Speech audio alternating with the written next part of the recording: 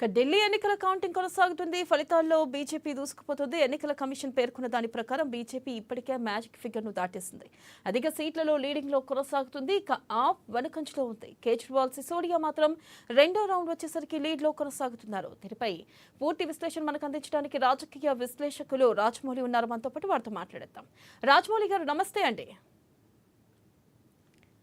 ఇప్పటి వరకు ఉన్న ఫలితాలను కనుక మనం చూసుకున్నట్టయితే బీజేపీ ఆధిక్యం దిశగా దూసుకుపోతుందంటారా? బీజేపీ ఢిల్లీ పీఠాన్ని చేజెక్కించుకోబోతుందంటారా?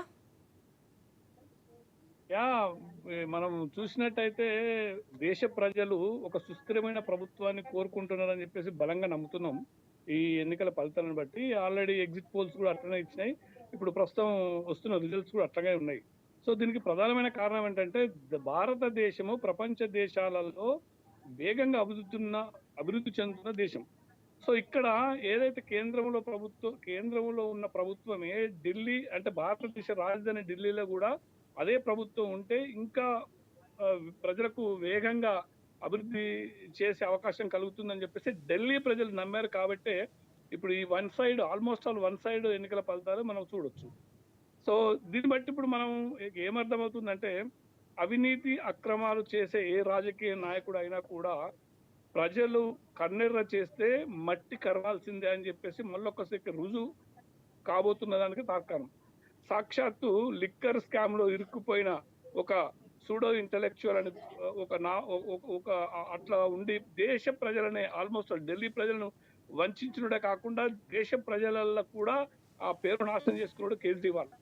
సో ముందుగా స్టార్టింగ్ లో ఆయన ఉన్నప్పుడు మంచిగానే ఉండొచ్చు. రాను రాను ఆయన మేకవన్నే పులి లాంటి ఒక స్వభావం దేశ ప్రజలు గుర్తించారు. అందులో ఎస్పెషల్ గా ఢిల్లీ ప్రజలు గుర్తించారు. దానికి ప్రత్యక్ష తార్కాణం ఇంతకుముందు లోక్సభ సీట్లల్లో మొత్తం అప్పుడు బీజేపీ గెలిచింది, వాళ్ళు ఆప్ పార్టీ మొత్తం ఓడిపోయింది. ఇప్పుడు వస్తున్న రిజల్ట్స్ కూడా దానికి తార్కాణం.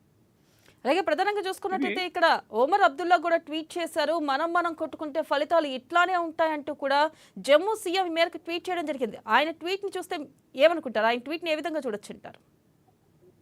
ఆయనకు పని పాట లేదు. వాళ్ళు కొట్టుకుంటున్నారంటే మీరు అందరు దొంగలు కలిసి దేశాన్ని పరిపాలిస్తే మరి ప్రజలు ఎక్కడ పోవాలి?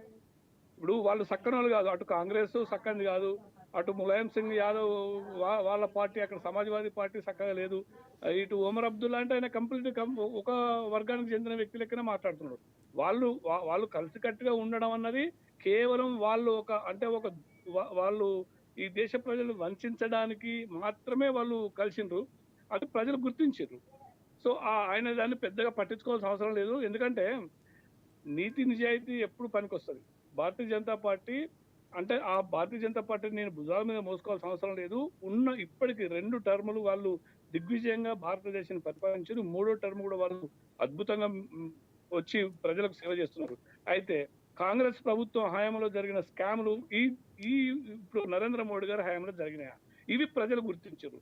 దాన్ని గుర్తించే బీజేపీకి పట్టం కట్టారు. ఇట్లాంటి వాళ్ళు వాళ్ళకి ఇక పని పాట లేదు. వాళ్ళు ఎంతసేపు అధికార దాహం కోసము మనం కలిసిందాం అంటే ఇప్పుడు సామెత ఉన్నది, సారీ నన్ను స్త్రీలు అనుకుంటువచ్చు, 3 శిఖలు కలిస్తే కొట్లాటలు అయితే అన్నట్టు వీళ్ళు కొంతమంది ఒక 30-40 చిన్న చిత్క పార్టీలు కలిపి వాళ్ళకి ఎక్కడ పొసుకుతుంది? వాళ్లకు ప్రజలకు సేవ చేద్దామన్న మానసికమైన దమ్ముండాలి, హృదయపూర్వకమైన హృదయం ఉంటే అప్పుడు ప్రజలకు వాళ్ళు సేవ చేస్తారు.